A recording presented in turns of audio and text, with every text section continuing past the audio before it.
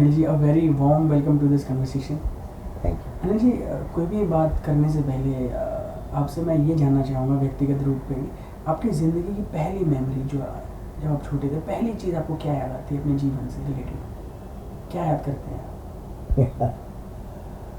मुझे पहली मेमोरी अपने जीवन से रिलेटेड जब मैं छोटा बच्चा था, तो मुझे बहुत सारी बचपन की बहुत सारी चीज़ें याद आती हैं। कैसे मैं स्कूल जाता था। मुझे सबसे ज़्यादा जो याद आता है, जब मेरे पापा बॉम्बे से अच्छे अच्छे कपड़े लाते थे, निकल लाते थे, बड़े मॉडर्न टाइप के कपड़े लाते थे जो कि बम्बई में मिलते थे, मथुरा में नहीं मिलते थे। फिर मुझे कुछ मेमोरीज़ याद आती हैं कि मेरे ग्रैंडफादर बहुत बड़े एस्ट्रोलॉजर थे, पंडित डालचंद जोशी जी। तो उनसे मिलने के लिए बहुत सारे फिल्मकार लोग आया करते थे, गीता दत्त जी वगैरह आती थी। तो कैसे भीड़ के मजमे लग जाते थे और मैं कैसे चुपके से देखता था दरवाजे के पीछे से कि ये लोग कौन है और क्यों इनके पीछे भीड़ लगती है। और उससे कहीं मेरे मन में रखता था कि जब बड़ा बनूंगा ना तो कुछ ऐसे ही बनूंगा कि ऐसी भीड़ लगनी चाहिए। ये मेमोरीज मुझे कुछ कई दफ़े याद आती हैं। जी। जीवन शुरू कैसे हुआ? आपको ये होश कब आया कि एक मेरा भी अपना जीवन है? और शुरुआती दौर में आप कितने नटखटी रहे? काफ़ी शरारती था। मथुरा का बच्चा होगा, थोड़ा शरारती होगा। और मेरा माहौल घर का ऐसा था कि जहाँ बहुत सारी भागवत की कथाएं वगैरह सब कुछ होती थी। तो कल्याण पढ़ते थे हम लोग, मैगजीन आती थी गीता प्रेस गोरखपुर की। और तो बचपन में ही बहुत सारी भागवत पुराण कथाएं रामायण याद हो गई थी। पंडितों के बीच में ऐसे बैठक लगती थी, मेरे बाबा मुझे बोलते थे इसकी कथा सुना, उसकी कथा सुना। तो बस वह कथा सुनाते सुनाते लोगों की आंखों में आंसू आ जाते थे जब मैं सुनाता था। तो वहाँ से मुझे पता नहीं लगा कि मैंने कुछ अपना जीवन का डिसाइड किया कि मुझे क्या बनना है। लेकिन मुझे अब मैं रिविजिट करता हूँ तो मुझे लगता है कि वहाँ से मुझे कथा कहने का तरीका आ गया था। माता जी कैसी थी? उनका बैकग्राउंड क्या था? कितने भाई? माता जी हमारी पढ़ी लिखी थी। उस ज़माने में इंटर पास बहुत बड़ा होता था, आगरे की थी, हमें अंग्रेज़ी पढ़ाया करती थी। और क्योंकि उनको लगता था कि अंग्रेज़ी पढ़ना जानना बहुत ज़रूरी है, पढ़ाई के पीछे मेरे लगी रहती थी। मुझे 24 घंटे मुझे पढ़ाना है, पढ़ना है, पढ़ना है, पढ़ाना करती रहती थी। और मैं तो ऐसा था कि पढ़ाई में मेरा ध्यान था, पढ़ाई में बुरा कभी नहीं था, लेकिन बहुत कमाल भी नहीं था। लेकिन मुझे खेलने कूदने में बड़ा मज़ा आता था, सिनेमा देखने में बड़ा मज़ा आता था। क्रिकेट खेलना है, फुटबॉल खेलना है, गुल्ली डंडा खेलना है, छुआ छाई खेलना है, खेलने में साइकिल चलानी है, बस उसी में ही मेरा दिमाग रहता था। अड्डेबाजी करनी है, बिना का गीत माला सुन लिए दोस्तों के साथ, उसमें मेरा दिमाग ज़्यादा था। घर में इतने सारे लोग थे, पिताजी थे, माता जी थी, भाई बहन भी थे जी, आपके? भाई बहन। उनके बारे में भाई बहन में कुछ बताएं। भाई बहन भी सब बेचारे जैसा मैं बोलता था मेरे हिसाब से चलते थे। कोई मेरे से कोई विरोध में नहीं था। मैंने कहा मैं बड़ा था घर में। जी जी। तो सबसे आप किनके ज़्यादा करीब हैं? कौन आपको ज़्यादा समझता है? मैं ऐसा कभी सोचा ही नहीं किसके ज़्यादा करीब हूँ, ये विचार ही आज तक नहीं आया मेरे। तो मुझे लगता है कि घर में सबके संग ही मैं समान हूँ, सभी मेरे अपने और मैं सबका अपना हूँ। तो फिर जब आप अपनी किशोरावस्था में आए, जब आप स्कूल से कॉलेजेस में आए, तो फिर क्या जीवन रहा? और कॉलेज में जब मैं आ गया तो सिनेमा देखना ज़्यादा शुरू हो गया। फिर मेरे बाबा रहे नहीं, फिर पापा मम्मी तो बॉम्बे चले गए थे। तो पापा मम्मी जब बॉम्बे चले गए तो बाबा ने मुझे अपने पास रख लिया।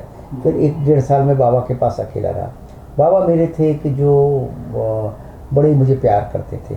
उन्होंने मेरी कई दुकानों पे, कहीं मेरा मिठाई की दुकान पे कुछ बांध दिया था, कहीं कपड़े की दुकान पे बांध दिया था। राजेश खन्ना के कपड़ों का बड़ा चलन था, तो मुझे राजेश खन्ना की पिक्चर देखना, पीला पैंट पीली शर्ट बनानी है, तो उन्होंने मेरे लिए एक दर्जी और एक दुकान कपड़े वाले की कर दी थी कि जो बनाना है भाई इसको बना दिया करो।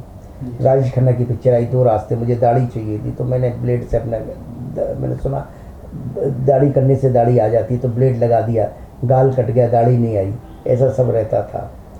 देवानंद की पिक्चर देख ली, जॉनी मेरा नाम, तो देवानंद का भूत सवार हो गया। देवानंद के अंदाज में बात करने लगा, हाँ क्या हो रहा है, ऐसा करने लगा। ये सब होता रहता था। और देव साहब का जादू बड़ा कमाल था। एंड फिर दुखद घटना घट गई, बाबा चले गए।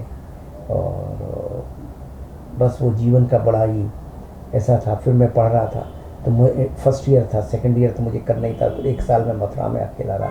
उस 1 साल में बहुत फिल्में देखी, बहुत नावल पढ़े, गुलशन नंदा के नावल्स थे जो मैं पढ़ता था, वेद प्रकाश कंबोज, और कितने कितने हिंदी नावल ही पढ़ते थे अपने लोग। तो पढ़ते पढ़ते पढ़ते और बस वहाँ से फिल्मों का जुनून चढ़ता चला गया।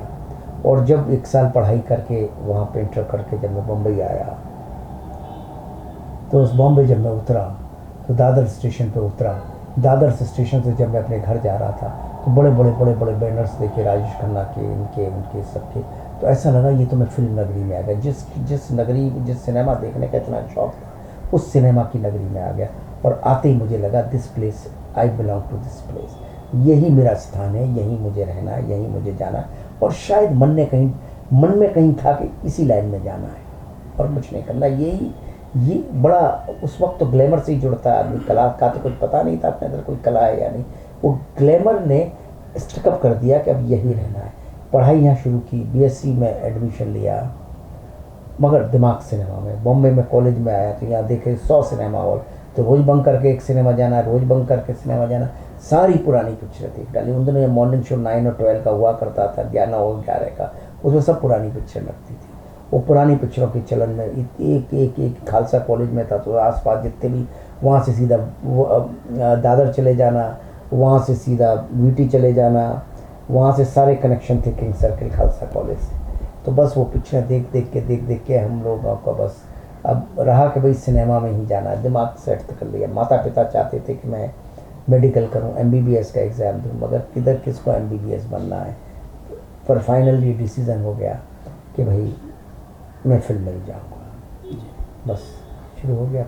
मीनवाइल पापा ने एक फिल्म शुरू कर दी। पापा बम्बई में एस्ट्रोलॉजी का काम करते थे, मीरा शाह। उस फिल्म के थोड़ा प्रोडक्शन में देखने लगा। प्रोडक्शन देखा, उसमें उस बसंत ऋतु शूटिंग होती थी, यहाँ वहाँ सब, उसका एक अलग आनंद आता। तो मुझे बड़ा आनंद आता था। सिनेमा का माहौल ही मुझे जम रहा था। सिनेमा शूटिंग है, वहाँ कुछ अपना ऐसा फील आता था कि ये जगह कुछ मेरी है, I belong to this place. बस हो गया। सर वो जब आप, जैसा आपने बताया, आप कॉलेज से निकल के आप सिनेमा देखते थे, तो उस दौरान आपकी आर्थिक स्थिति कैसी थी? आर्थिक स्थिति क्या होती, घर वाले ठीक थे, मुझे बस इसलिए कोई ऐसा स्ट्रगल नहीं करना पड़ा, बहुत ज़्यादा स्ट्रगल नहीं करना पड़ा, क्योंकि घर से थोड़े बहुत पैसे मिलते थे। वो पैसे और तो कहीं खर्च होते नहीं थे, सिनेमा और 2 समोसे।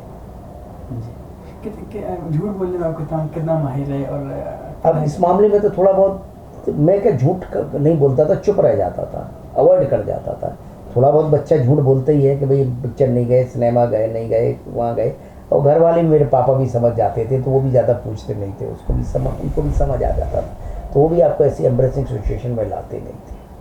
कभी पिताजी या माताजी ने कहा हो कि बेटा देखो इन चीज़ों में मत पढ़ो, ये तुम कुछ और? नहीं, हमेशा होता था यार सिनेमा में इतना ध्यान क्यों है, डॉक्टर बनना है तेरे को। माँ तो चाहती थी कि मैं फिल्म में जाऊँ नहीं, क्योंकि फिल्म का बिजनेस बड़ा अनसर्टेन होता है। लेकिन अब जाना है तो जाना है। सर जैसे कि आपने बताया आप कॉलेज बंद करके फिल्म देखे, कोई 2-3 फिल्में जो आपको बहुत अंदर तक छू गई हो, जिन्होंने आपका? अरे मेरे को तो उस वक्त सारी फिल्में छूती थी, फिल्म ही छूती थी, सारी फिल्में ही छूती थी।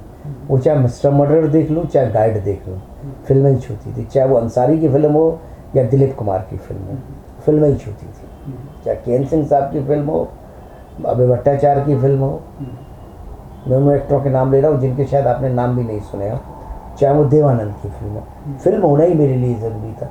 ये बात कि फिल्म अच्छी है, फिल्म बुरी है, ये बात समझ तो बहुत बाद में आई कि फिल्म बोर, जब फिल्में देख देख के भर गया मन, तो फिर फिल्म बोर भी करने लगी, फिर फिल्म बहुत ज़्यादा भी अच्छी लगने लगी।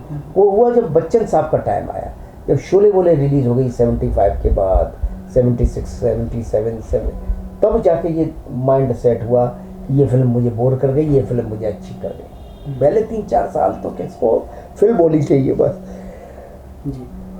तो किससे पहली बार किससे मिले और किससे आप? मैंने पहली बार दारा सिंह साहब की शूटिंग देखी थी। एक शूटिंग थी फेमस महालक्ष्मी में, तो वहाँ एक शॉट था, वो आज तक नहीं भूलता हूँ, कि ऐसा लाइट लगी हुई थी, वो लाइट सूरज जैसी लाइट थी, उसको सूरज पर एक रोड लगी हुई थी, और दारा सिंह साहब का शॉट था कि ऐसा सूट पहना हुआ है, यहाँ टाई पहनी हुई है, और ऐसा कंधे पे कोट रख के वो चलते हुए आ रहे हैं। और मुझे इतना हैंडसम आदमी लगा, मैंने कहा बाप रे व्हाट अ मैन। एक्चुअली लगेगा।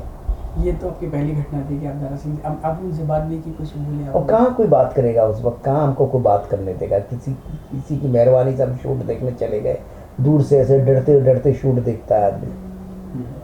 तो आप पहली बार किसको असिस्ट कर पाए, किसके अंडर काम? मैंने पहली बार बी आर चोपड़ा साहब को असिस्ट किया। उससे पहले 5-7 दिन मैंने एक राम पवा करके डायरेक्टर थे, उनके साथ भी 5-7 दिन काम किया था, पर बेसिक मैं बी आर चोपड़ा साहब के साथ असिस्ट किया था जी। तो उस दौरान अब जो आपके मन में भरा था, जो क्रिएटिविटी थी, वो आप शेयर कर पाते थे, वो शेयर कर पाते थे या फिर क्या जैसे आप असिस्ट कर रहे हैं बी आर चोपड़ा जी को, और शूट के दौरान आप जो आपके मन में जो वेग है? मेरे मन में था, मैं बोल देता था, मुझे जो लगता था बोल देता था। मैं जब आया था तो बर्निंग ट्रेन में मैं 17वां 18वां असिस्टेंट था, और मेरा ज़िंदगी का स्ट्रगल बी आर फिल्म तक पहुंचना नहीं था। वो तो मैं पहुंच गया मेरे पिता के संबंधों की वजह से, लेकिन वहाँ टिकना बहुत मुश्किल था। 17-18 असिस्टेंट थे, वो आपको कोई टिकने नहीं देते थे। वो क्या करते थे? वो कैसे मतलब किस्सा हर भाई उन दिनों सिर्फ सिनेमा ही होता था, उनको लगता था ऊपर के रास्ते से आ गया। मैंने क्या था कि मैंने मेरे पापा के संबंध थे चोपड़ा जी से, तो मैंने पापा को बोला इनको एक कहानी सुनानी है मुझे। उस बहाने से मैं वहाँ गया, मैंने चोपड़ा जी को कहानी सुनाई, मेरी कहानी उनको पसंद आई, तो मैंने उनको रिक्वेस्ट की, सर कहानी वानी तो बहाना है, मुझे असिस्टेंट बनना है। तो चोपड़ा जी को लगा लड़का टैलेंटेड है, शायद लगा होगा उनको, तो उन्होंने मुझे असिस्टेंट बनने को एक्सेप्ट कर लिया। तो बाकी सब असिस्टेंटों को ये लगा अरे यार ये तो एक मीटिंग में असिस्टेंट बन गया, ये तो हम तो 6-6 महीने साल 2-2 साल घिसने के बाद असिस्टेंट बने। तो उनको लगा ये नया कंप्यूटर हमारे बीच में कहाँ से आ गया, और जबकि उनको ये नहीं मालूम था कि मैंने चोपड़ा साहब को कहानी सुनाई थी, मेरी कहानी सही लगी। उन्होंने मुझे इसलिए नहीं रखा कि मैं अपने पिता के.सी. शर्मा का बेटा था, जब उनको जानता, उन्होंने इसलिए रखा कि जब मैंने उनको पास सुनाया अपनी कहानी, मैंने चोपड़ा साहब को एक कहानी सुनाई जो 3.5 घंटा उन्होंने मुझे सुनी, हंस के लोटपोट हो। तो एक आदमी चोपड़ा साहब जैसे व्यक्ति को 3-3.5 घंटा होल्ड कर ले, तो वो आदमी चोपड़ा साहब उससे प्रभावित, तो मुझे लगता है मेरे को भी कोई राइटर आज की डेट में करेगा तो मैं प्रभावित हो जाऊंगा। बाद में वो मुझे बोले कि सर कहानी तो बहाना था, मुझे तो आपसे असिस्टेंट बनना है, तो मैं क्या बोलूँगा यार, टैलेंटेड आदमी इसको साथ में रख लेता। उनकी पिक्चर बन रही थी पति पत्नी, वो उनको लगा कि उन्होंने मुझसे कहा भी नहीं दे तुमको कॉमेडी का बहुत अच्छा प्लेयर है, तो उनको ये लगा, तो उनको लगा कि शायद ही उसमें कुछ कंट्रीब्यूट भी कर दे। हर आदमी यंग लड़के रखना चाहता है। मैं तब 18-19 साल का ही था जब मैं चोपड़ा साहब के साथ आया। चोपड़ा साहब ने मुझे रख लिया। चोपड़ा साहब के साथ मैंने 2 ही चीज़ें सीखी, बर्निंग ट्रेन, पति पत्नी, वो इंसाफ का तराजू, 2 चीज़ें। एटमॉस्फेयर के अलावा, एक्टरों से डील करने के अलावा, मैनेजमेंट के अलावा, क्रिएटिव 2 ही बातें सीखी। 2 बातें, एक तो पिक्चर बिना कहानी के नहीं होनी चाहिए, कहानी प्रमुख है। दूसरी, कोई भी शॉट कितना भी अच्छा हो, अगर कहानी को नरेट नहीं कर रहा है तो वो बेकार है, उसको उठा के फेंक।